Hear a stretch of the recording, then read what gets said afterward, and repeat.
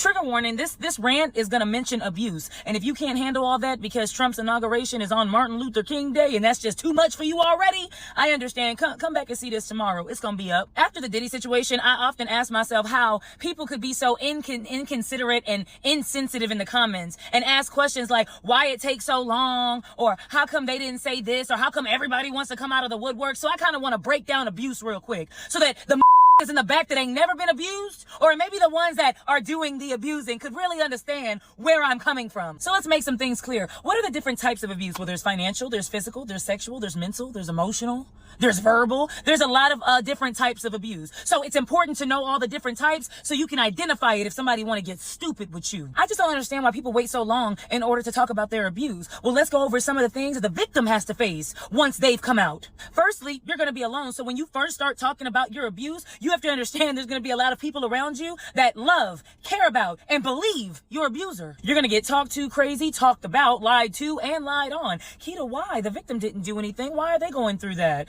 Well, because they're disrupting a cycle. Imagine you tell your family during Christmas that Uncle Joe can't really keep his hands to himself. Well, now you're the one that's ruined Christmas. The burden falls on the one who talks. Remember that. See, it's up because the people that love your abuser have to now choose between believing you and enabling them. So the hard part is done, right? Saying it, getting it out there. But now you have to do the harder part, which is prove it. Then you notice everybody around you that had the same opinion, had the same experience, gets the same feelings about said person, said abuser. You'll see them cower down. You'll see them shut the up. Why? Because everyone gets rowdy when we're talking about it. Yeah, that happened to me. Yeah, we can't stand for this. Yeah, who do they think they are? Until it's time to really stand on business and mean what the you say. And you'll see that 99% of the who had a problem before don't know what you're talking about anymore.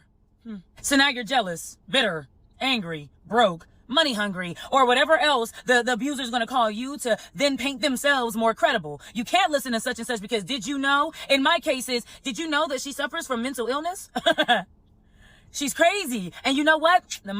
All right. Victims have to answer questions like, well, if the abuse was so bad, why didn't you leave earlier? And to that, I'd say it depends on what's connected to the abuse. Some people's abusers are tied to everything they have or everything they've ever known. Imagine being like, I know Ashton owns everything in your bank account and he owns the house and the car and custody of the kids and everything that's ever been near or dear to your heart. But just walk away. Fuck you, Jan. You walk away. I'm staying. I'm going to figure this out. Here's some scary ass truths that victims have to face before they confront their abuser.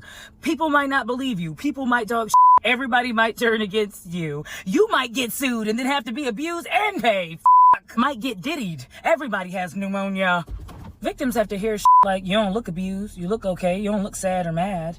Okay, well, let me just go home and shit on myself. Rub it all over. That way I just look like I feel inside. Victims get to see abusers play victim. And a lot of your faves are so good at playing victim.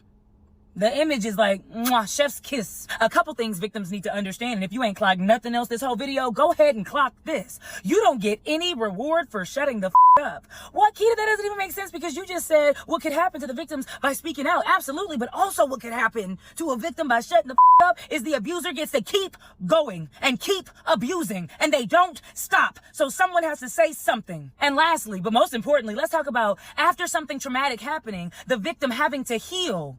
Whilst a lot of the times, whilst watching their abusers shine. And don't worry, abusers are never alone. A lot of the times they shine with the people that enable the abuse. Because abuse is okay as long as you benefit. As long as you benefit. My abuser says that everybody has a price.